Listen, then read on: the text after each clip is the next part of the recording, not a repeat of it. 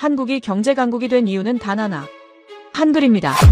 영국 명문대 교수의 이 선언에 강의실이 순식간에 얼어붙었습니다. 자원도, 인구도, 제국의 역사도 없는 한국. 그런 나라가 세계 반도체와 조선 산업의 심장을 장악한 이유가 600년 전 만들어진 한글에 있다는 주장입니다. 발음을 설계한 문자는 어떻게 세계 산업을 설계하는 능력으로 이어졌을까요? 그리고 우리가 너무 익숙해서 보지 못했던 한글의 힘을 세계는 어떻게 알아봤을까요? 지금부터 그 거대한 연결고리를 따라가 보겠습니다. 어디서 듣고 계신가요? 구독과 좋아요 잊지 마세요. 전 세계 195개국 중 단 한 곳. 자국의 문자를 기념하기 위해 공휴일을 지정한 나라가 있습니다. 매년 10월 9일 그 나라 사람들은 자기들이 만든 글자를 축하하죠. 알파벳도 한자도 아니에요. 스스로 설계한 문자를 국가기념일로 만든 겁니다. 안녕하세요. 저는 에드워드 하밀턴입니다. 옥스퍼드에서 30년간 문명 발전론을 가르쳐왔어요. 오늘 이 자리에 선 이유는 단 하나입니다. 제가 30년 동안 주장해온 이론이 틀렸다는 걸 인정하러 왔습니다. 강의실 뒤편에서 누군가 펜을 떨어뜨렸어요. 78명의 학생 중 절반은 노트북을 켜고 딴짓을 하다가 일제히 고개를 들었죠. 교수가 자기 이론을 부정한다는 건 학계에선 드문 일이니까요. 제 이론은 간단했습니다. 문명 발전의 공식은 자원 곱하기 인구 곱하기 제국의 경험이라는 거였어요. 로마가 그랬고 영국이 그랬고 미국이 그랬죠. 데이터는 완벽했고 그래프는 아름다웠으며 논문은 수십 편의 인용을 받았습니다. 그런데 5년 전 저는 하나의 예외를 발견했어요. 아까 말한 그 나라 말입니다. 문자를 공휴일로 만든 나라요. 처음엔 웃겼어요. 문자 하나 가지고 국가기념일을 만들다니 문화적 자부심이 과하다 싶었죠. 그런데 이상한 점이 있었습니다. 그 나라는 70년 전만 해도 세계 최빈국이었어요. 1인당 GDP가 아프리카 평균보다 낮았죠. 자원도 없었습니다. 석유도, 철도, 구리도 없었어요. 인구는 5천만 명으로 중국의 30분의 1 수준이었고요. 제국주의 경험은커녕 오히려 식민 지배를 당했습니다. 전쟁 폐허 위에서 시작한 나라였어요. 제 공식에 대입하면 이 나라는 영원히 가난해야 정상이었습니다. 강의실 앞줄에 앉은 마이클이 웃음을 터뜨렸어요. MBA 과정에 있는 미국 학생이었는데 월가 출신답게 자신감이 넘쳤죠. 교수님, 그런 나라가 지금은 어떻게 됐는데요? 반쯤 조롱하는 톤이었습니다. 아마 개발도상국 신세를 면치 못했을 거라 생각한 모양이에요. 저는 화면에 그래프 하나를 띄웠습니다. 1953년부터 2023년까지 70년간의 산업성장 곡선이었어요. 수직에 가까운 상승. 전쟁 폐허에서 세계 10위 경제대국까지 걸린 시간은 단 50년이었습니다. 영국은 200년 걸렸고 미국은 150년 걸렸어요. 일본조차 100년 이상 걸렸죠. 마이클의 웃음이 멈췄습니다. 그런데 더 놀라운 건 산업의 종류였어요. 섬유에서 시작해 철강, 조선, 자동차를 거쳐 반도체, 디스플레이, 배터리까지 올라갔습니다. 산업 사다리를 단 한 계단도 건너뛰지 않으면서도 속도는 압도적이었어요. 이건 제 공식으론 설명이 안 됐죠. 리웨이가 손을 들었습니다. 경제학 박사과정에 있는 중국 학생으로 평소 국가주도 성장 모델을 신봉하는 편이었어요. 정부의 강력한 산업정책 때문 아닐까요? 목소리엔 확신이 담겨 있었죠. 개발도상국 대부분이 그런 정책을 폈다고 제가 답했습니다. 하지만 초정밀 산업까지 올라간 나라는 손에 꼽을 정도라고요. 리웨이가 미간을 찌푸렸어요. 그럼 뭐가 달랐던 건가요? 바로 그 질문 때문에 제가 여기 섰습니다. 요한이 조용히 끼어들었어요. 산업사를 전공하는 독일 학생으로 신중한 성격이라 평소엔 질문을 아꼈죠. 교수님, 그 나라가 어딘지 밝혀주실 수 있나요? 강의실 공기가 팽팽해졌습니다. 78명의 시선이 저에게 고정됐어요. 제가 말했죠. 그 나라는 지금 세계 반도체 시장의 60%를 장악하고 있습니다. 조선 산업은 전 세계 수주량의 절반을 차지하고요. 방위산업 수출은 10년 새 20배 증가했습니다. 배터리 기술은 세계 1위예요. 마이클이 다시 손을 들었습니다. 그건 미국의 기술 이전 덕분 아닌가요? 공격적인 질문이었지만 저는 예상했던 반응이었어요. 기술 이전은 시작일 뿐이라고 답했죠. 기술을 받은 나라는 수십 개지만 그걸 넘어서 역으로 수출한 나라는 하나뿐이라고요. 에밀리가 끼어들었습니다. 사회학을 전공하는 프랑스 학생으로 권위에 도전하는 걸 즐기는 성격이었어요. 그럼 노동 강도 때문 아닐까요? 아시아 국가들은 노동 시간이 긴 걸로 유명하잖아요. 날카로운 지적이었죠. 고강도 노동은 개발도상국 대부분이 겪었다고 제가 말했습니다. 하지만 극초정밀 산업까지 올라간 건 다른 차원의 문제라고요. 반도체 공정은 나노미터 단위로 움직입니다. 오차 허용 범위가 0에 가까워요. 단순히 오래 일한다고 되는 게 아니죠. 그럼 대체 뭐가 달랐던 건가요? 리웨이가 다시 물었습니다. 목소리에 짜증이 섞여 있었어요. 저는 대답하지 않았습니다. 대신 강의실을 천천히 둘러봤죠. 78명 모두가 저를 바라보고 있었어요. 노트북을 닫고 펜을 들고 제 입에서 나올 답을 기다리면서요. 요한이 조용히 손을 들었습니다. 교수님, 그 나라가 어딘지 먼저 밝혀주실 수 있나요? 그의 목소리는 차분했지만 강의실 전체가 그 질문에 집중했어요. 강의실 공기가 팽팽해졌습니다. 마이클은 팔짱을 낀 채 저를 노려봤고 리웨이는 펜을 든 채 멈춰 있었죠. 에밀리는 미간을 찌푸렸고 나머지 학생들도 숨을 죽이고 있었습니다. 저는 잠시 침묵했어요. 30년간 제가 믿어온 공식을 무너뜨린 그 나라의 이름을 말하는 건 제 학문 인생에서 가장 중요한 순간이 될 테니까요. 대한민국입니다. 그 한마디에 강의실 공기가 얼어붙었어요. 몇몇 학생들은 고개를 갸웃했고 몇몇은 노트에 뭔가를 적기 시작했죠. 마이클은 팔짱을 낀 채 비웃듯 웃었습니다. 한국이요? 삼성 만드는 나라 말인가요? 그의 목소리엔 여전히 조롱기가 섞여 있었어요. 맞습니다. 삼성을 만든 나라예요. 하지만 삼성만 있는 게 아니죠. SK 하이닉스, 현대, LG, 한화, 포스코. 세계 반도체 1위, 조선 1위, 배터리 1위, 디스플레이 1위를 모두 가진 나라입니다. 그리고 이 모든 산업의 공통점은 하나예요. 극도의 정밀함을 요구한다는 겁니다. 에밀리가 손을 들었어요. 교수님, 정밀 산업은 일본도 독일도 잘하잖아요. 한국만 특별한 건 아니지 않나요? 날카로운 지적이었습니다. 저는 고개를 끄덕였죠. 맞아요. 하지만 일본과 독일은 100년 이상 축적해온 기술력이 있었습니다. 한국은 단 50년 만에 그들을 따라잡았어요. 요한이 끼어들었습니다. 그럼 압축 성장의 비밀이 뭔가요? 목소리는 차분했지만 눈빛은 날카로웠어요. 저는 화면을 하나 더 띄웠습니다. 1443년 10월 9일이라는 날짜가 크게 떠올랐죠. 이날 한국의 네 번째 왕 세종은 훈민정음을 반포했습니다. 훈민정음, 즉 한글이죠. 백성을 가르치는 바른 소리라는 뜻이에요. 하지만 중요한 건 이름이 아닙니다. 중요한 건 이 문자가 어떻게 만들어졌느냐예요. 리웨이가 손을 들었어요. 문자요? 그게 산업과 무슨 상관인가요? 중국도 한자를 오래전부터 썼는데요. 그녀의 질문엔 짜증이 섞여 있었습니다. 제가 30분째 본론을 안 꺼낸다고 생각한 모양이에요. 한자는 진화한 문자라고 제가 답했습니다. 갑골문에서 시작해 수천 년에 걸쳐 변형됐죠. 알파벳도 마찬가지예요. 페니키아 문자가 그리스로, 그리스 문자가 로마로 전해지면서 조금씩 바뀌어 온 겁니다. 진화는 시행착오의 산물이에요. 자연스럽게 형성되는 거죠. 그런데 한글은 달랐습니다. 저는 화면에 훈민정음 해례본 이미지를 띄웠어요.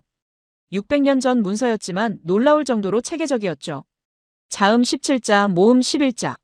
총 28개 기호로 모든 소리를 표현할 수 있게 설계됐습니다. 그리고 그 설계 원리는 과학적이었어요. 세종은 사람의 발성기관을 분석했습니다. 혀의 위치, 입술의 모양, 목구멍의 움직임을 관찰하고 그걸 기호로 옮긴 거예요. 마이클이 비웃었습니다. 그게 설계라고요? 상형문자랑 뭐가 다른가요? 저는 그를 똑바로 바라봤죠. 상형문자는 대상을 그린 겁니다. 하지만 한글은 소리를 분해한 거예요. 추상화의 단계가 다릅니다. 모음도 마찬가지였어요. 철학과 음성학이 결합된 시스템이었어요. 그리고 이 시스템은 규칙으로 작동했습니다. 자음과 모음을 조합하면 글자가 됩니다.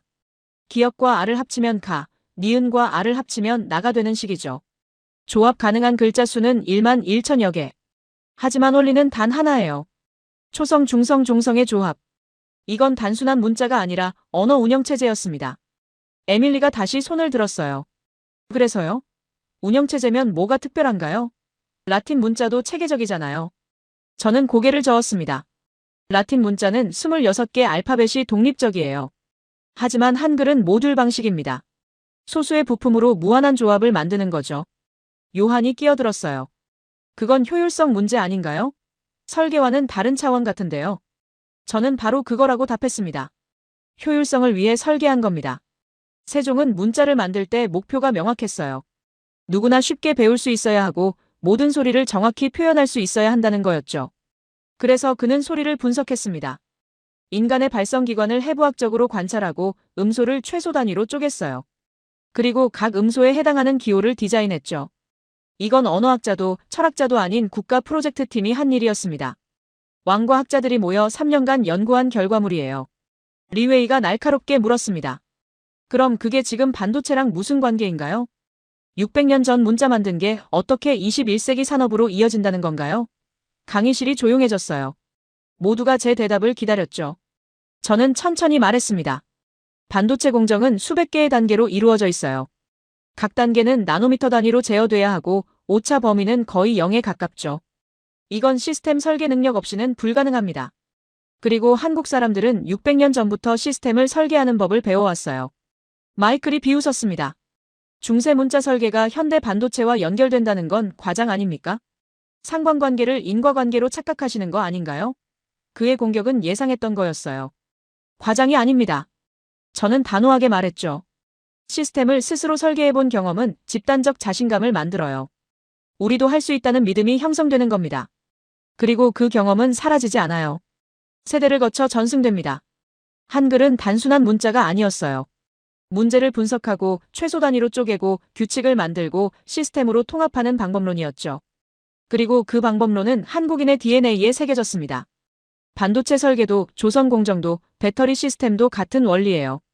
복잡한 걸 쪼개서 규칙을 만들어서 다시 조립하는 겁니다. 요한이 조용히 물었어요. 그럼 다른 나라는 왜 못하나요? 일본도 독일도 체계적이잖아요. 저는 고개를 저었습니다. 일본과 독일은 기존 시스템을 개선하는 데 강해요. 하지만 한국은 시스템 자체를 새로 설계하는 데 강합니다. 제로에서 시작하는 능력이 다른 거죠. 에밀리가 팔짱을 끼고 물었어요. 그래도 증거가 약한 것 같은데요. 문자 하나로 산업 전체를 설명하긴 무리 아닌가요? 저는 웃었습니다. 문자는 시작일 뿐이라고 답했죠. 지금부터 보여드릴 게 더 많습니다. 강의실 분위기가 바뀌었어요. 처음에 조롱은 사라지고 긴장감이 감돌기 시작했죠. 마이클은 여전히 의심스러운 표정이었지만 더 이상 비웃지 않았습니다. 리웨이는 노트에 뭔가를 빠르게 적고 있었고 요한은 팔짱을 낀 채 생각에 잠겨 있었어요. 저는 다음 화면을 넘겼습니다. 한글의 두 번째 특징, 학습 비용에 대한 이야기를 시작할 차례였죠. 한글을 배우는 데 걸리는 시간은 평균 3시간입니다. 화면에 통계 자료를 띄웠어요. 외국인 학습자 500명을 대상으로 한 실험 데이터였죠. 기본 자모를 익히고 간단한 단어를 읽는 수준까지 도달하는데 평균 2시간 47분이 걸렸습니다. 영어 알파벳은 평균 20시간, 일본 히라가나는 15시간, 중국 한자는 기초 500자만 익히는데 6개월이 필요했어요. 마이클이 손을 들었습니다. 그건 단순 암기 시간 아닌가요? 실제 사용은 다른 문제잖아요. 예상했던 반박이었어요. 저는 고개를 저었죠. 단순 암기가 아니라 원리 이해입니다. 한글은 자모 24개만 익히면 모든 글자를 읽을 수 있어요. 조합 규칙이 100% 일관되거든요. 에밀리가 끼어들었어요. 그래도 언어 자체의 난이도는 다르잖아요. 문법이나 어휘는 별개 문제 아닌가요? 맞는 지적이었습니다. 저는 인정했죠. 한국어 문법은 복잡해요. 하지만 지금 논점은 문자 시스템입니다. 글을 읽고 쓸 수 있느냐의 문제라고요. 리웨이가 날카롭게 물었어요. 그래서 뭐가 달라지는데요? 문자 배우기 쉬우면 경제 성장하나요? 강의실이 조용해졌습니다. 핵심을 찌르는 질문이었거든요. 저는 화면을 바꿨습니다. 1945년과 1970년 한국의 문해율 그래프가 나타났어요. 1945년 해방 당시 문해율은 22%였습니다. 성인 10명 중 8명이 글을 읽지 못했죠. 하지만 1970년에는 87%로 급등했어요. 단 25년 만에 65%포인트가 상승한 겁니다. 요한이 손을 들었어요. 그건 교육 정책 때문 아닌가요? 개발도상국들도 문맹 퇴치 운동을 벌였는데요. 물론이라고 제가 답했습니다. 교육 의지는 중요해요. 하지만 의지만으론 안 됩니다. 학습 비용이 낮아야 가능한 일이죠. 화면에 비교 데이터를 띄웠어요. 같은 시기 개발도상국들의 문해율 상승 속도였습니다. 인도는 1947년 12%에서 1971년 34%로 올랐어요. 22%포인트 상승이죠. 인도네시아는 1945년 10%에서 1971년 54%, 44%포인트 상승. 브라질은 1940년 43%에서 1970년 67%, 24%포인트 상승이었습니다. 한국의 65%포인트 상승은 압도적이었어요. 마이클이 반박했습니다. 그건 정부 투자 차이 아닐까요? 한국이 교육에 더 많이 쓴 거 아닌가요? 저는 자료를 하나 더 꺼냈죠. 1인당 교육 예산 비교였습니다. 한국은 오히려 평균 이하였어요. 전쟁 직후라 예산 자체가 부족했거든요. 그럼 뭐가 달랐던 건가요? 에밀리가 물었습니다. 저는 단호하게 답했어요. 문자 시스템의 학습 비용입니다. 한글은 규칙 기반이라 학습 곡선이 급격해요. 처음 3시간만 투자하면 평생 쓸 수 있는 도구를 얻는 겁니다. 리웨이가 공격적으로 물었어요. 북유럽도 문해율 높잖아요. 스웨덴, 핀란드, 노르웨이 다 90% 넘는데요. 그들도 한글 쓰나요? 강의실에서 웃음이 터졌습니다. 저는 웃지 않았어요. 북유럽은 진화된 문자를 가졌다고 말했습니다. 라틴 알파벳은 수백 년에 걸쳐 최적화됐죠. 하지만 한국은 설계된 문자를 가졌어요. 차이가 뭐냐고요? 진화는 우연의 산물이지만 설계는 의도의 산물입니다. 요한이 끼어들었어요. 의도가 왜 중요한가요? 결과만 좋으면 되는 거 아닌가요? 좋은 질문이라고 제가 답했죠. 결과는 비슷해 보여도 과정이 다릅니다. 북유럽 사람들은 문자를 물려받았어요. 하지만 한국 사람들은 문자를 만들었습니다. 만드는 경험과 받는 경험은 완전히 다른 거예요. 에밀리가 회의적으로 물었습니다. 그 경험이 산업으로 어떻게 이어지는데요? 너무 비약 아닌가요? 저는 화면을 다시 바꿨어요. 1970년대 한국 반도체 산업 초기 데이터였습니다. 1974년 삼성이 반도체 사업에 진출했을 때 기술자 대부분은 고졸 학력이었어요. 대학 나온 엔지니어는 손에 꼽을 정도였죠. 하지만 그들은 매뉴얼을 읽을 수 있었습니다. 영어 기술 문서를 한글로 번역하면 3일 안에 숙지했어요. 문해력이 높았거든요. 마이클이 비웃었습니다.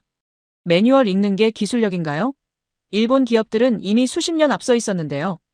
맞는 말이라고 제가 인정했죠. 초기엔 격차가 컸어요. 하지만 학습 속도가 달랐습니다. 일본은 기술을 축적하는데 30년 걸렸어요. 한국은 15년 만에 따라잡았습니다. 왜 그랬을까요? 지식 전파 속도가 빨랐거든요. 매뉴얼이 빠르게 번역됐고 현장 기술자들이 즉시 이해했으며 개선 아이디어가 빠르게 공유됐습니다. 리웨이가 손을 들었어요. 그건 조직 문화 문제 아닌가요? 수직적 사회일수록 정보가 빨리 퍼진다는 연구도 있는데요. 저는 고개를 저었습니다. 수직적 사회는 오히려 정보를 막아요. 위에서 아래로만 흐르니까요. 한국이 빨랐던 건 문해율이 높아서예요. 현장 기술자까지 문서를 읽고 쓸 수 있었거든요. 문해율은 숫자가 아닙니다. 지식의 이동 속도예요. 강의실이 조용해졌어요. 저는 그래프를 하나 더 띄웠습니다. 1980년대 한국 기업들의 특허 출원 곡선이었죠. 1980년 127건에서 1990년 3천여 건으로 급증했습니다. 10년 만에 23배 증가한 거예요. 요한이 물었습니다. 그게 문해율과 무슨 상관인가요? 특허는 기술력 문제잖아요. 저는 반문했죠. 특허를 내려면 뭐가 필요한가요? 기술 문서를 읽고 선행 기술을 조사하고 자기 아이디어를 글로 정리해야 합니다. 문해력 없이는 불가능해요. 에밀리가 공격적으로 물었어요. 그럼 미국은요? 영국은요? 그들도 문해율 높은데 왜 한국만큼 빠르게 성장 안 했나요? 저는 단호하게 답했습니다. 미국과 영국은 이미 성장한 상태였어요. 한국은 제로에서 시작했죠. 출발선이 다른 겁니다. 마이클이 끼어들었어요. 그럼 결국 압축 성장 얘기잖아요. 문자는 부차적인 거 아닌가요? 저는 고개를 저었습니다. 압축 성장이 가능했던 이유가 문자예요. 지식을 빠르게 흡수할 수 있었으니까요. 화면에 마지막 데이터를 띄웠습니다. 1960년부터 2000년까지 기술 도입과 특허 출원의 시차 분석이었어요. 한국은 평균 7년이었습니다. 기술을 도입하고 7년 뒤엔 자체 특허를 내기 시작한 거죠. 인도는 15년, 브라질은 18년이 걸렸어요. 리웨이가 마지막으로 반박했습니다. 그건 산업 구조 차이 아닌가요? 한국은 재벌 중심이라 집중 투자가 가능했던 거잖아요. 맞다고 제가 인정했어요. 재벌 시스템도 한몫했죠. 하지만 재벌이 투자할 수 있었던 건 인력이 준비돼 있었기 때문입니다. 고졸 기술자들이 매뉴얼을 읽을 수 있었고 대졸 엔지니어들이 논문을 쓸 수 있었거든요. 문자 시스템은 인프라예요. 도로나 항만처럼 눈에 보이진 않지만 모든 걸 바치는 기반이죠. 요한이 조용히 물었습니다. 교수님, 그럼 한글만 있으면 다른 나라도 빠르게 성장할 수 있나요? 저는 웃었어요. 아니라고 답했죠. 문자는 필요 조건이지 충분 조건이 아닙니다. 하지만 필요 조건 없이 충분 조건은 작동 안 해요. 강의실 공기가 또 바뀌었습니다. 마이클은 여전히 회의적이었지만 더 이상 비웃지 않았어요. 리웨이는 노트에 뭔가를 열심히 적고 있었고 에밀리는 팔짱을 낀 채 생각에 잠겨 있었죠.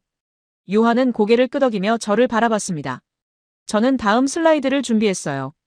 한글의 세 번째 특징, 표준화 능력에 대한 이야기를 시작할 시간이었습니다. 표준화는 산업의 전제 조건입니다. 저는 화면에 ISO 9001 인증서 이미지를 띄웠어요. 국제품질 표준 인증이죠. 한국 기업들이 이 인증을 받는 속도는 세계에서 가장 빨랐습니다. 1987년 ISO 9001이 제정됐을 때 한국은 3년 만에 아시아 1위 인증 국가가 됐어요. 일본보다 빨랐고 독일과 비슷한 속도였죠. 마이클이 손을 들었습니다. 그건 정부 주도 아닌가요? 인증받으라고 밀어붙인 거잖아요. 물론이라고 제가 답했어요. 정부 정책이 있었죠. 하지만 정책만으론 안 됩니다. 표준을 이해하고 적용할 수 있는 조직 문화가 필요해요. 리웨이가 끼어들었습니다. 중국도 표준화 잘하는데요. 국가 주도로 빠르게 통일하잖아요. 저는 고개를 저었죠. 중국은 위에서 아래로 표준을 내려보내요. 하지만 한국은 아래에서 표준을 이해하고 실행합니다. 방향이 다른 거예요. 화면을 바꿨어요. 한글의 잠호조합 규칙이 나타났습니다. 초성 19개, 중성 21개, 종성 27개. 이론상 1만 1천여 개 조합이 가능하지만 실제 사용되는 건 2,500개 정도예요. 왜 그럴까요? 규칙이 명확하기 때문입니다. 에밀리가 손을 들었습니다. 그게 표준화랑 무슨 상관인가요? 문자는 문자고 산업은 산업이잖아요. 저는 잠시 멈췄어요. 핵심을 짚는 질문이었거든요. 규칙 기반 시스템을 600년간 사용했다는 게 중요하다고 말했습니다. 한글을 쓰는 모든 한국인은 어릴 때부터 규칙을 배워요. 자음과 모음을 조합하는 법칙, 받침을 다루는 규칙, 띄어쓰기 원칙. 이런 규칙들이 몸에 배는 겁니다. 요한이 끼어들었어요. 독일어도 규칙적인데요. 문법이 엄격하고 철자법도 체계적이잖아요. 맞는 말이라고 제가 인정했죠. 독일어도 규칙적이에요. 하지만 독일어는 진화한 언어입니다. 라틴어에서 파생됐고 수백 년에 걸쳐 변형됐죠. 예외가 많아요. 한글은 달랐습니다. 처음부터 설계됐어요. 예외를 최소화하도록 만들어진 시스템이죠. 그래서 규칙 학습이 빠르고 규칙 적용이 일관됩니다. 화면에 1960년대 한국 교육과정 자료를 띄웠어요. 초등학교 1학년 교과서였죠. 한글 자모를 가르치는 방식이 흥미로웠습니다. 단순 암기가 아니라 조합 원리를 먼저 가르쳤어요. 아이들은 규칙을 배웠습니다. 그리고 그 규칙을 평생 사용했죠. 학교에서, 직장에서, 공장에서 규칙을 따르는 게 자연스러웠어요. 리웨이가 공격적으로 물었습니다. 그래서 뭐가 달라지는데요? 규칙 잘 따르면 산업이 성장하나요? 강의실이 조용해졌어요. 저는 그래프를 하나 띄웠습니다. 1970년대 한국 제조업의 불량률 감소 곡선이었어요. 1970년 평균 불량률은 15%였습니다. 제품 100개 만들면 15개가 불량이었죠. 하지만 1980년엔 3%로 떨어졌어요. 10년 만에 5분의 1 수준이 된 겁니다.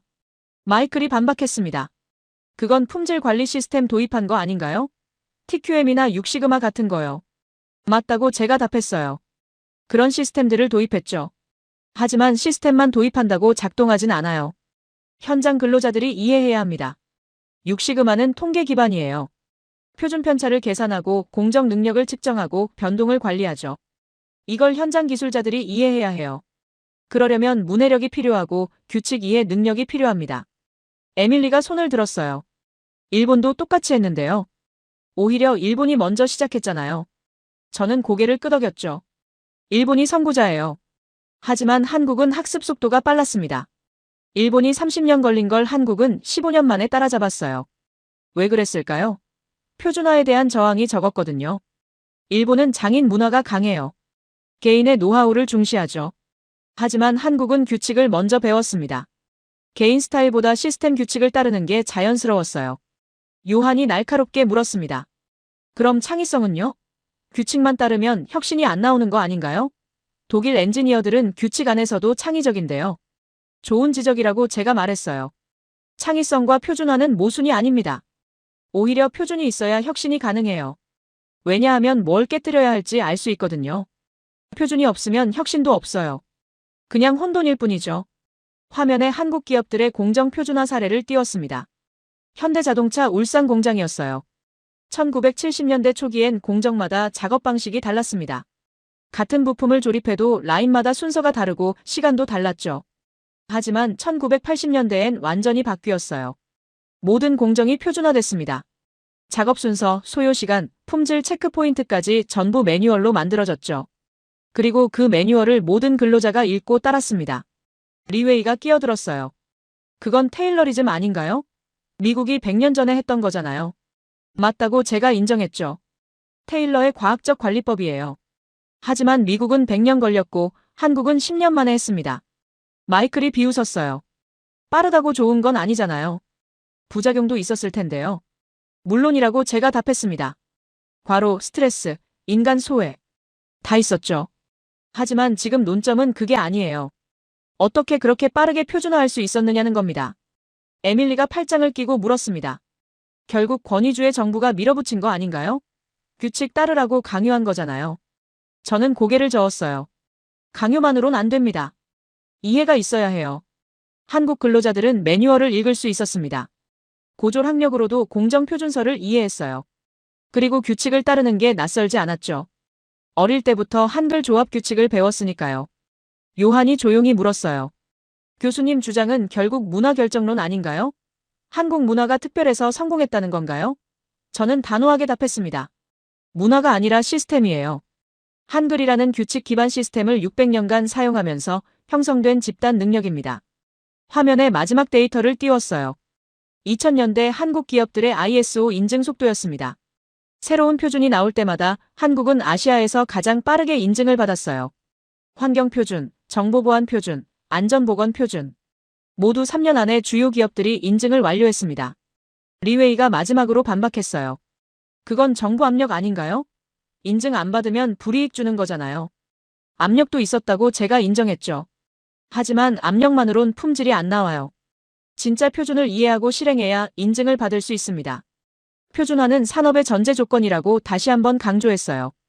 부품이 규격화돼야 조립이 가능하고 공정이 표준화돼야 확장이 가능하며 품질이 일정해야 신뢰가 생깁니다. 그리고 한국은 이 모든 걸 빠르게 해냈어요. 강의실 분위기가 무거워졌습니다.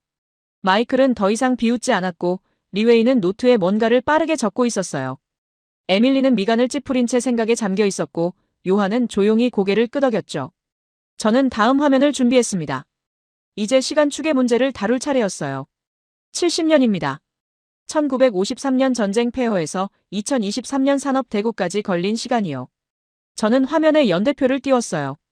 1953년 한국의 모습이 먼저 나타났습니다. 1인당 GDP 67달러. 당시 가나는 179달러, 필리핀은 257달러였어요. 한국은 아프리카 평균보다 가난했죠.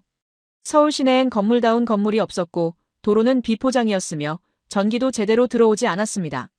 그리고 2023년 1인당 GDP 33,000달러, 세계 10위 경제대국, 반도체 1위, 조선 1위, 배터리 1위.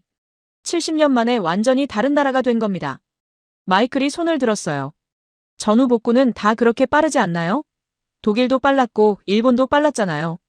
저는 고개를 저었죠. 독일과 일본은 산업 기반이 있었어요. 전쟁 전부터 선진국이었거든요. 공장이 파괴됐지만 기술과 인력은 남아 있었죠. 한국은 달랐습니다. 원래 농업국이었어요. 산업 기반 자체가 없었죠. 제로에서 시작한 겁니다. 리웨이가 끼어들었습니다. 중국도 제로에서 시작했는데요. 1949년 혁명 후에요. 맞다고 제가 답했어요. 중국도 비슷한 출발선이었죠.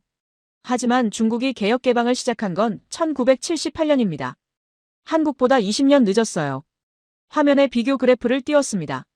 1960년부터 2020년까지 주요 개발도상국의 1인당 GDP 성장 곡선이었어요. 한국은 가장 가파른 상승을 보였습니다. 1960년 158달러에서 2020년 3만 달러 넘게 190배 성장이었죠. 같은 기간 브라질은 15배, 멕시코는 12배, 인도는 25배 성장했어요. 중국은 1978년 이후 급성장해서 80배 정도였지만 출발이 20년 늦었죠. 요한이 손을 들었습니다. 성장률만으론 설명이 안 되는 것 같은데요. 숫자 뒤에 뭐가 있나요? 저는 화면을 바꿨어요. 산업구조 변화 그래프였습니다. 1960년 한국 경제에서 농업이 차지하는 비중은 63%였어요. 10명 중 6명이 농민이었죠. 하지만 1990년엔 11%로 떨어졌습니다. 30년 만에 농업국에서 공업국으로 바뀐 거예요. 영국은 이 전환에 150년 걸렸고 미국은 100년 걸렸습니다. 일본도 70년이 필요했어요. 한국은 30년 만에 해냈죠. 에밀리가 날카롭게 물었습니다. 그건 이촌향도 아닌가요? 농민들을 공장으로 내몬 거잖아요. 노동 착취 아닌가요? 강의실이 조용해졌어요. 예상했던 질문이었습니다. 노동 강도는 엄청났다고 제가 인정했죠. 주 6일 근무, 하루 12시간 노동이 기본이었어요. 1970년대 한국 근로자들의 연간 노동시간은 2,800시간이었습니다. OECD 평균의 거의 2배였죠. 하지만 이라고 말을 이었습니다. 고강도 노동은 개발도상국 대부분이 겪었어요. 방글라데시도 베트남도 인도네시아도 마찬가지였죠. 그런데 왜 한국만 초정밀 산업까지 올라갔을까요? 마이클이 반박했어요. 투자 규모 아닌가요? 재벌들이 공장에 돈을 쏟아부은 거잖아요. 맞다고 제가 답했습니다. 1970년대 한국 정부는 GDP의 30%를 투자에 쏟아부었어요. 세계 최고 수준이었죠. 하지만 투자만으론 시간을 압축할 수 없습니다. 화면에 기술 도입 사례를 띄웠어요. 1970년대 포항제철 건설 프로젝트였죠. 일본 신일철이 기술을 제공했습니다. 설계도, 공정 매뉴얼, 기술지도 전부요. 공사 기간은 3년. 일본이 비슷한 규모 제철소를 지을 때 걸린 시간의 절반이었어요. 왜 빨랐을까요? 현장 적응 속도가 달랐거든요.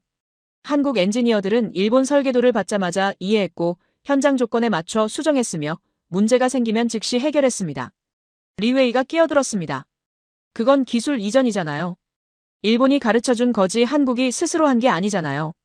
초기엔 맞다고 제가 인정했어요. 기술 이전으로 시작했죠. 하지만 속도를 보세요. 화면에 기술 자립 연표를 띄웠습니다.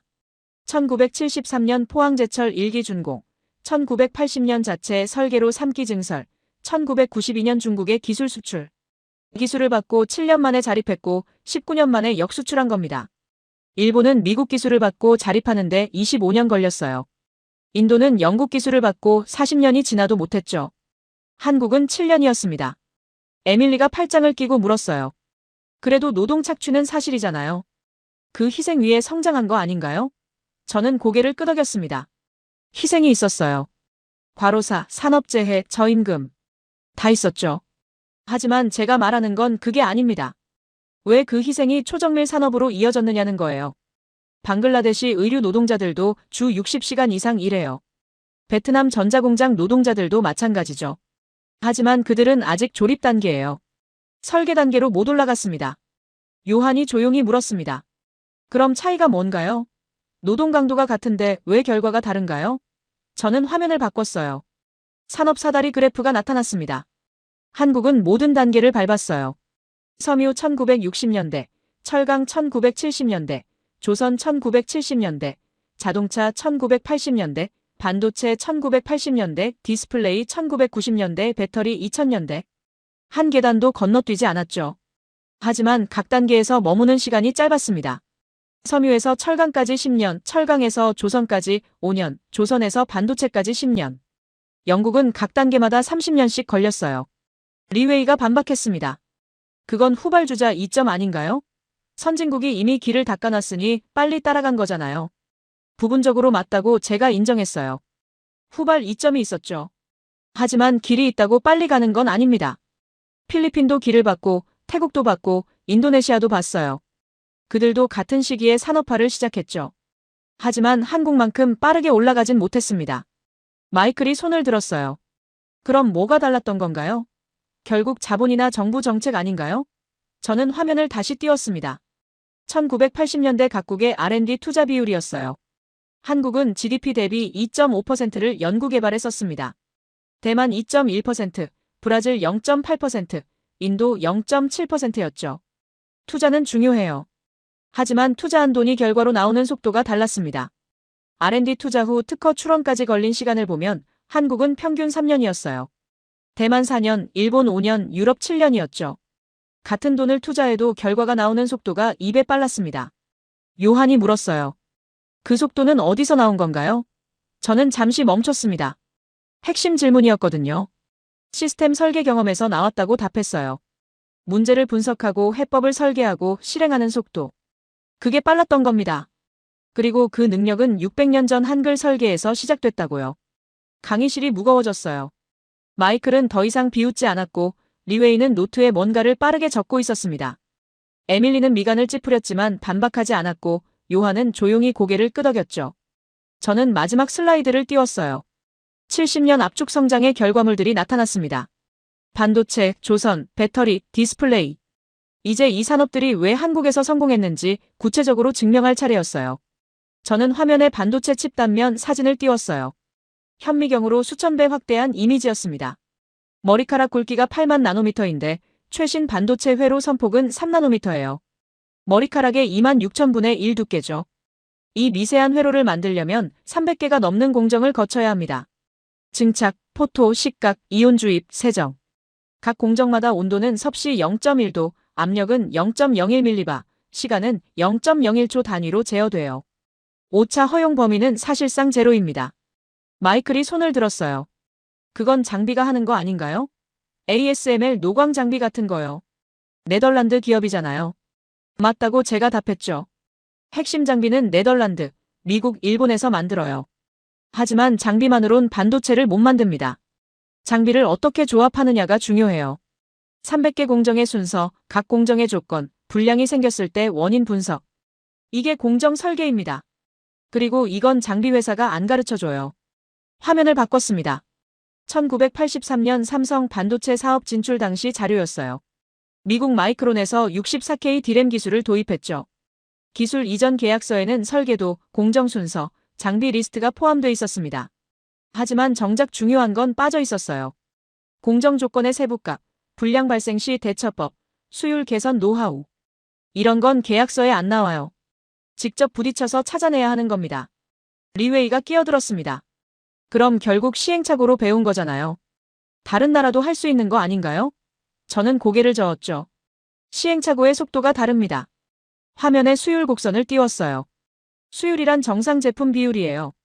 100개 만들어서 80개가 정상이면 수율 80%죠.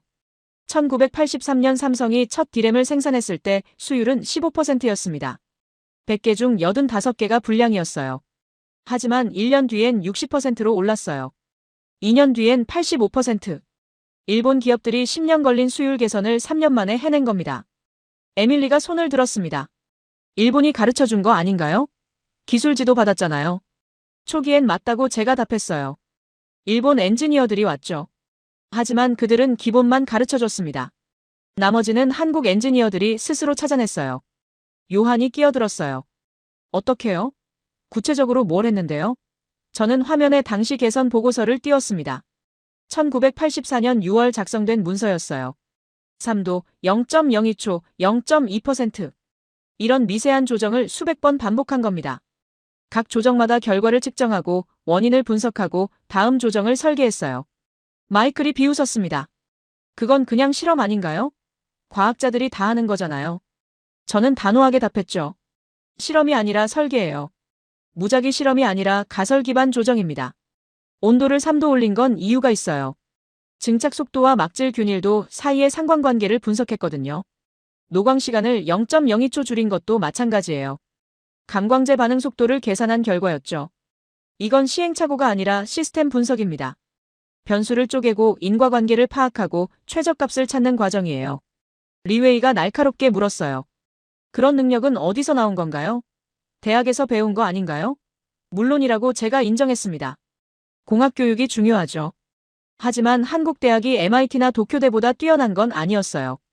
차이는 문제 접근 방식이었습니다. 복잡한 시스템을 작은 단위로 쪼개고 각 단위를 규칙으로 정리하고 다시 조합하는 방식. 이게 몸에 배어 있었어요. 에밀리가 팔짱을 끼고 물었습니다. 그게 한글과 무슨 상관인가요? 반도체는 과학기술이잖아요. 저는 화면을 다시 띄웠어요. 한글 자모 조합표였습니다. 자음과 모음이라는 최소 단위를 조합해서 글자를 만드는 시스템이에요.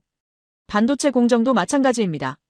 증착, 포토, 식각이라는 최소 단위를 조합해서 칩을 만들죠. 요한이 조용히 물었어요. 그건 유추 아닌가요? 논리적 비약 같은데요. 저는 고개를 저었습니다. 유추가 아니라 경험이에요. 모듈 방식으로 사고하는 훈련이 600년간 축적된 겁니다. 화면에 1990년대 삼성의 독자 설계 사례를 띄웠어요. 256M D램이었습니다. 이전까지는 일본 설계를 따라했는데 이때부터 독자 구조를 만들기 시작했어요. 일본은 적층 구조를 썼습니다. 셀을 위로 쌓는 방식이죠. 삼성은 트렌치 구조를 선택했어요. 아래로 파는 방식. 왜 그랬을까요? 공정 단계를 30% 줄일 수 있었거든요. 적층은 증착을 12번 반복해야 했어요. 트렌치는 시각 8번으로 끝났죠. 같은 성능을 내는데 공정이 짧으니 수율이 높아지고 원가가 내려갔습니다. 마이클이 손을 들었습니다. 그런 아이디어는 어디서 나온 건가요? 저는 설계 보고서를 확대했어요. 1989년 작성된 문서였습니다. 문제를 정의하고 원인을 쪼개고 해법을 설계한 겁니다. 이게 바로 시스템 설계 능력이에요. 리웨이가 반박했습니다. 그 정도는 일본도 할 수 있잖아요. 독일도요. 왜 한국만 특별한가요? 저는 화면을 바꿨죠. 설계 속도 비교 그래프였습니다. 일본 기업들은 새로운 구조를 설계하는데 평균 18개월 걸렸어요. 삼성은 12개월. 1.5배 빨랐습니다. 그리고 2000년대 들어선 격차가 더 벌어졌어요. 일본 24개월, 삼성 9개월. 거의 3배 차이였죠. 왜 빨랐을까요? 의사결정 구조 때문이라고들 해요. 한국 기업이 수직적이라 빠르다고요. 부분적으로 맞습니다. 하지만 그것만은 아니에요. 설계 자체가 빨랐어요. 엔지니어들이 문제를 빠르게 쪼개고 해법을 빠르게 조합했습니다. 이건 조직 문화가 아니라 사고방식이에요. 에밀리가 손을 들었습니다. 증거가 약한 것 같은데요. 상관관계를 인과관계로 착각하는 거 아닌가요? 저는 예상했던 질문이라고 답했어요. 화면에 마지막 데이터를 띄웠습니다. 2010년대 파운드리 시장 점유율이었어요. 파운드리는 남의 설계를 받아서 칩을 만들어주는 사업이죠. 대만 TSMC가 1위예요. 54%. 삼성이 2위, 17%. 그런데 흥미로운 건 성장 속도였습니다. TSMC는 30년 걸려서 54%를 만들었어요. 삼성은 10년 만에 17%까지 왔죠. 요한이 물었습니다. 대만도 잘하는데요? 그들도 한자 쓰잖아요. 저는 고개를 끄덕였어요. 대만도 뛰어나죠. 하지만 대만은 1987년부터 시작했어요. 한국보다 4년 빨랐습니다. 그런데 지금은 격차가 줄어들고 있어요. 왜 그럴까요? 한국이 설계 능력으로 빠르게 추격하고 있거든요. 기술은 이전할 수 있습니다. 마지막으로 강조했어요. 장비를 사면 되고 매뉴얼을 받으면 되고 엔지니어를 교육시키면 돼요. 하지만 공정 설계 능력은 이전되지 않습니다. 공정 설계는 문제를 쪼개고 변수를 분석하고 최적 조합을 찾는 능력이에요. 이건 하루아침에 생기지 않습니다. 오랜 시간 훈련돼야 하죠. 그리고 한국은 600년 동안 훈련했습니다. 소리를 쪼개서 기호로 만들고 기호를 조합해서 글자를 만드는 훈련을요. 강의실이 조용해졌어요. 마이클은 더 이상 비웃지 않았고 리웨이는 뭔가를 깊이 생각하는 표정이었습니다. 에밀리는 여전히 회의적이었지만 반박하지 않았고 요한은 천천히 고개를 끄덕였죠. 저는 다음 슬라이드를 준비했습니다. 반도체만이 아니에요. 조선과 방산도 마찬가지입니다. 300만 개입니다. 대형 컨테이너선 한 척에 들어가는 부품 수예요. 저는 화면에 조선소 사진을 띄웠어요. 거제도 대우조선해양, 울산 현대중공업. 축구장 수십 개 크기의 도크에 거대한 배가 건조되고 있었죠. 길이 400m, 무게 20만 톤. 움직이는 도시나 다름없었습니다. 300만 개 부품을 조립하는 데 걸리는 시간은 평균 18개월이에요. 유럽 조선소는 24개월 걸립니다. 한국이 25% 빠르죠. 마이클이 손을 들었어요. 그건 인건비 때문 아닌가요? 한국이 싸니까 빨리 만드는 거잖아요. 저는 고개를 저었습니다. 인건비는 1990년대까지 맞는 설명이었어요. 하지만 지금은 아닙니다. 2000년대 들어 중국 조선소들이 등장했어요. 인건비는 한국의 3분의 1 수준이었죠. 하지만 한국을 못 따라잡았습니다. 왜 그랬을까요? 화면을 바꿨어요. 선박 건조 공정표가 나타났습니다. 설계 6개월, 자재 조달 3개월, 블록 제작 6개월, 탑재 2개월, 의장 1개월. 총 18개월이죠. 문제는 순서예요. 이 공정들이 순차적이지 않아요. 동시 진행됩니다. 설계가 끝나기 전에 자재를 주문하고 블록 제작이 끝나기 전에 탑재 준비를 하죠. 한 단계라도 늦으면 전체가 밀립니다. 리웨이가 끼어들었습니다. 그건 프로젝트 관리 아닌가요? 건설업도 다 그렇게 하는데요. 맞다고 제가 답했어요. 하지만 규모가 다릅니다. 건물은 부품이 수천 개예요. 선박은 300만 개. 건물은 현장이 고정돼 있어요. 선박은 바다에 띄워야 하죠. 건물은 하중만 견디면 돼요. 선박은 파도, 염분, 압력을 동시에 견뎌야 합니다. 에밀리가 손을 들었습니다. 그래서요? 결국 엔지니어링 능력 아닌가요? 저는 화면에 배관 설계도를 띄웠어요. 대형 LNG선의 배관 계통이었습니다. 배관만 총 연장 50km예요. 서울에서 수원 거리죠. 이 배관들이 선체 안에 3차원으로 얽혀 있습니다. 한 배관이 1cm라도 잘못 설치되면 다른 배관과 간섭이 생겨요. 전체를 뜯어 고쳐야 하죠. 그래서 설계가 중요합니다. 50km 배관의 위치를 밀리미터 단위로 계산해야 해요. 간섭 검증을 수만 번 해야 하고요. 요한이 조용히 물었어요. 그건 CAD 소프트웨어가 하는 거 아닌가요? 독일도 그런 프로그램 쓰는데요. 맞다고 제가 인정했습니다. 소프트웨어는 똑같아요. 하지만 쓰는 방식이 다릅니다. 유럽 조선소는 설계를 6개월에 걸쳐 완성해요. 한국은 4개월 만에 끝냅니다. 왜 빠를까요? 설계 수정 횟수가 적거든요. 화면에 설계 변경 이력을 띄웠어요. 유럽 조선소는 평균 1200회 수정합니다. 한국 조선소는 600회. 절반 수준이에요. 마이클이 반박했습니다. 그건 대충 설계한 거 아닌가요? 나중에 문제 생기는 거 아니에요? 저는 고개를 저었죠. 오히려 반대예요. 처음부터 정확하게 설계해서 수정이 적은 겁니다. 한국 설계자들은 간섭을 미리 예측해요. 배관어가 여기 가면 배관 B와 부딪힐 거라는 걸 설계 단계에서 파악하죠. 그래서 처음부터 배관어를 다른 경로로 배치합니다. 이게 시스템 사고예요. 부분이 아니라 전체를 보는 능력이죠. 리웨이가 날카롭게 물었어요. 그런 능력은 어디서 나온 건가요? 경험 아닌가요? 물론이라고 제가 답했습니다. 경험이 중요해요. 하지만 한국 조선업은 1970년대 시작했습니다. 유럽은 수백 년 역사가 있어요. 경험으로만 설명되지 않아요. 50년 경험이 300년 경험을 따라잡은 건 학습 속도가 달랐기 때문입니다. 화면을 바꿨어요. 방위산업 수출 통계였습니다. 2010년 한국 방산 수출은 10억 달러였어요. 2023년엔 170억 달러. 13년 만에 17배 증가한 겁니다. 에밀리가 끼어들었습니다. 그건 우크라이나 전쟁 때문 아닌가요? 무기 수요가 늘어난 거잖아요. 부분적으로 맞다고 제가 인정했죠. 수요 증가가 있었어요. 하지만 공급 능력이 없으면 수출을 못합니다. 폴란드가 K2 전차 1000대를 주문했어요. 납기는 10년. 유럽 업체들은 15년 걸린다고 했죠. 한국만 10년 안에 가능하다고 답했습니다. 왜 가능할까요? 전차는 부품이 6만 개예요. 엔진, 변속기, 포탑, 사격 통제장치, 장갑. 각각 다른 업체가 만들죠. 이걸 하나로 통합해야 합니다. 요한이 손을 들었어요. 그건 모듈화 아닌가요? 자동차 산업도 그렇게 하는데요. 맞다고 제가 답했습니다. 모듈화 방식이에요. 하지만 전차는 자동차와 다릅니다. 자동차는 고장나면 세워요. 전차는 전장에서 멈추면 안 됩니다. 자동차는 포장도로를 달려요. 전차는 험지를 가로지르죠. 자동차는 충돌 안전만 고려해요.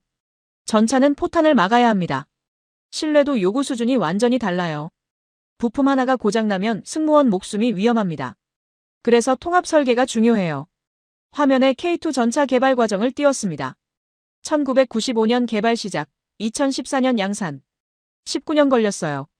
독일 레오파르트2는 개발에 25년 걸렸죠. 한국이 빨랐던 이유는 뭘까요? 시스템 통합 테스트 속도였습니다. 엔진을 바꾸면 변속기도 조정해야 하고 무게 중심도 바뀌어서 현가장치도 수정해야 해요. 이런 연쇄 수정이 수백 번 일어납니다. 유럽은 각 수정마다 6개월씩 걸렸어요. 한국은 3개월 만에 끝냈죠. 왜 빠를까요? 문제를 쪼개서 병렬로 처리했거든요. 마이클이 비웃었습니다. 병렬 처리요? 그건 프로젝트 관리 기법 아닌가요? 맞다고 제가 답했어요. 하지만 기법을 아는 것과 실행하는 건 다릅니다. 병렬 처리하려면 각 모듈 간 인터페이스가 명확해야 해요. 엔진팀과 변속기팀이 따로 일하려면 둘 사이의 연결 규격이 정해져 있어야 하죠. 이게 표준화입니다. 공정 표준은 같은 일을 같은 방식으로 하는 거예요. 인터페이스 표준은 다른 일을 하면서도 연결되게 만드는 겁니다. 훨씬 어렵죠. 에밀리가 손을 들었습니다. 결국 엔지니어링 능력 아닌가요? 한글이랑 무슨 상관인가요? 저는 마지막 화면을 띄웠어요. 한글 조합 원리와 시스템 통합 원리를 나란히 놓은 비교표였습니다. 원리가 같습니다. 독립된 부분을 규칙으로 연결해서 전체를 만드는 거예요. 요한이 조용히 물었습니다. 그래도 비약 아닌가요? 문자와 산업은 너무 다른데요. 저는 천천히 답했어요. 다르지 않아요. 둘 다 시스템입니다. 복잡한 걸 모듈로 쪼개고 규칙으로 연결하고 전체를 만드는 방식이죠. 문자를 설계한 민족은 공정을 설계합니다. 강의실이 완전히 조용해졌어요. 마이클은 팔짱을 푼 채 화면을 응시했고 리웨이는 펜을 내려놓았습니다. 에밀리는 미간을 찌푸렸지만 더 이상 반박하지 않았고 요한은 천천히 고개를 끄덕였죠. 화면에 제 공식이 떠올랐습니다. 문명 발전은 자원, 인구, 제국 경험이다. 30년간 제가 주장해온 방정식이었어요. 수십 편의 논문, 수백 번의 강해, 수천 명의 제자들에게 가르쳐온 진리였죠. 로마, 영국, 미국을 설명하는 완벽한 공식이었습니다. 제가 이 공식을 지우자 강의실이 숨을 죽였어요. 78명 모두 움직이지 않았습니다. 펜을 든 손이 공중에 멈춰 있었고 노트북 화면만 희미하게 빛나고 있었죠. 저는 빈 화면을 바라봤습니다. 30년이 지워지는 순간이었어요. 제 학문 인생의 반이 사라진 겁니다. 가슴이 무거워졌지만 동시에 후련하기도 했죠. 왜 지웠냐고요? 마이클이 조용히 물었습니다. 그의 목소리엔 처음으로 조롱기가 없었어요. 진지한 질문이었죠. 틀렸기 때문이라고 제가 답했습니다. 정확히는 불완전했기 때문이에요. 제 공식은 대부분의 사례를 설명했어요. 하지만 한국은 설명하지 못했습니다. 자원이 없었어요. 석유도, 철도, 희토류도 없었죠. 인구는 5천만으로 중국의 30분의 1이었습니다. 제국 경험은 없었고 오히려 식민지였어요. 제 공식에 대입하면 0에 가까운 값이 나옵니다. 그런데 결과는 세계 10위 경제대국이었어요. 반도체 1위, 조선 1위, 배터리 1위. 공식이 틀렸다는 증거였죠. 리웨이가 손을 들었습니다. 교수님, 그럼 한국은 예외 아닌가요? 공식은 맞는데 특수한 사례인 거죠. 저는 고개를 저었어요. 과학에서 예외는 없어요. 예외가 발견되면 이론을 수정해야 합니다. 아인슈타인이 뉴턴 역학을 부정한 것처럼요. 뉴턴 공식은 대부분의 물체를 설명했습니다. 하지만 빛의 속도에 가까워지면 틀렸어요. 그래서 상대성 이론이 나온 겁니다. 저도 마찬가지예요. 제 공식은 대부분의 문명을 설명했죠. 하지만 압축 성장 사례에선 틀렸습니다. 그래서 수정이 필요해요. 에밀리가 팔짱을 풀고 물었습니다. 그럼 새 공식은 뭔가요? 강의실 전체가 저를 향했어요. 78명의 눈빛이 집중됐죠. 저는 새 방정식을 입력하기 시작했습니다. 글자가 하나씩 나타났어요. 문명 발전은 자원 플러스 인구 플러스 제국의 설계 능력 곱한 것입니다. 요한이 조용히 물었어요. 왜 곱하기에서 더하기로 바뀐 건가요? 저는 설명했습니다. 곱하기는 하나라도 0이면 전체가 0이 돼요. 하지만 한국은 자원이 0에 가까웠는데도 성장했죠. 그러니 더하기가 맞습니다. 자원, 인구, 제국 경험은 더해지는 요소예요. 많으면 유리하지만 없다고 불가능한 건 아니죠. 하지만 설계 능력은 곱해집니다. 이게 0이면 다른 게 아무리 많아도 의미가 없어요. 사우디아라비아처럼 자원이 풍부해도 산업 발전이 더딘 경우가 그 예죠. 마이클이 손을 들었습니다. 설계 능력을 어떻게 측정하나요? 숫자로 나타낼 수 없으면 공식이 아니잖아요. 날카로운 지적이었어요. 저는 인정했죠. 측정은 어렵습니다. 하지만 관찰은 가능해요. 한글 같은 설계된 시스템의 존재, 높은 문해율, 빠른 표준화, 짧은 기술 자립 기간. 이런 지표들로 추정할 수 있죠. 리웨이가 끼어들었습니다. 그럼 다른 나라는요? 한국만 설계 능력이 있나요? 저는 화면을 바꿨어요. 여러 나라의 비교표가 나타났습니다. 일본도 설계 능력이 높아요. 하지만 그들은 제국 경험과 인구가 풍부했죠. 독일도 마찬가지예요. 자원, 인구, 기술 전통이 있었습니다. 한국은 달랐어요. 자원도 인구도 제국도 없이 설계 능력만으로 올라온 유일한 사례입니다. 그래서 중요한 겁니다. 순수하게 설계 능력의 효과를 볼 수 있거든요. 에밀리가 마지막으로 물었습니다. 교수님은 결국 뭘 주장하시는 건가요? 한글이 위대하다는 건가요? 저는 고개를 저었어요. 한글이 위대한 게 아니에요. 설계 경험이 중요하다는 겁니다. 목소리를 높였어요. 자원도 인구도 제국주의 경험도 없던 나라가 세계 산업을 지배했습니다. 70년 만에 최빈국에서 선진국으로 올라섰죠. 이건 기적이 아니에요. 그 이유는 단 하나입니다. 강의실이 완전히 조용해졌어요. 창밖에서 새소리만 들렸습니다. 그들은 설계 경험을 집단적으로 축적한 유일한 민족이기 때문입니다. 600년 전 한 왕이 소리를 분석했어요. 자음과 모음으로 쪼갰고 조합 규칙을 만들었으며 시스템을 완성했죠. 그리고 그 경험은 사라지지 않았습니다. 세대를 거쳐 전승됐어요. 아이들은 한글을 배우면서 모듈 사고를 익혔고 학생들은 규칙 기반 시스템을 체화했으며 엔지니어들은 복잡한 문제를 쪼개는 법을 터득했습니다. 반도체 공정을 설계할 때 그들은 한글 자모를 조합하듯 공정을 조합했어요. 선박을 건조할 때 블록을 연결하듯 모듈을 통합했죠. 전차를 개발할 때 글자를 만들듯 시스템을 완성했습니다. 요한이 천천히 손을 들었습니다. 교수님, 그럼 다른 나라도 할 수 있나요? 설계 경험을 쌓으면요? 저는 잠시 생각했어요. 어려운 질문이었거든요. 가능하다고 답했습니다. 하지만 쉽지 않아요. 설계 경험은 하루아침에 생기지 않습니다. 한국은 600년 걸렸어요. 물론 다른 나라가 600년을 기다릴 필요는 없죠. 의도적으로 훈련하면 더 빠를 수 있습니다. 하지만 중요한 건 이거예요. 문명은 주어진 조건으로만 결정되지 않는다는 겁니다. 자원이 없어도, 인구가 적어도, 제국의 역사가 없어도 성장할 수 있어요. 스스로 설계하는 능력을 키우면요. 마이클이 조용히 말했습니다. 교수님은 30년 이론을 버리셨네요. 쉽지 않으셨을 텐데요. 처음으로 그의 목소리에 존중이 담겨 있었어요. 쉽지 않았다고 솔직히 답했죠. 하지만 학자의 의무예요. 데이터가 이론을 부정하면 이론을 바꿔야 합니다. 그게 과학이니까요. 저는 강의실을 천천히 둘러봤습니다. 78명 모두 달라져 있었어요. 마이클은 더 이상 비웃지 않았고 리웨이는 깊이 생각하는 표정이었습니다. 에밀리는 고개를 끄덕이고 있었고 요한은 메모를 정리하고 있었죠. 90분이 끝났습니다. 저는 마지막으로 말했어요. 여러분, 오늘 제가 보여드린 건 하나의 가설입니다. 아직 완전히 증명된 건 아니에요. 앞으로 더 많은 연구가 필요하죠. 하지만 한 가지는 확실합니다. 우리는 문명을 새롭게 정의해야 해요. 조건이 아니라 능력으로, 소유가 아니라 설계로 말입니다.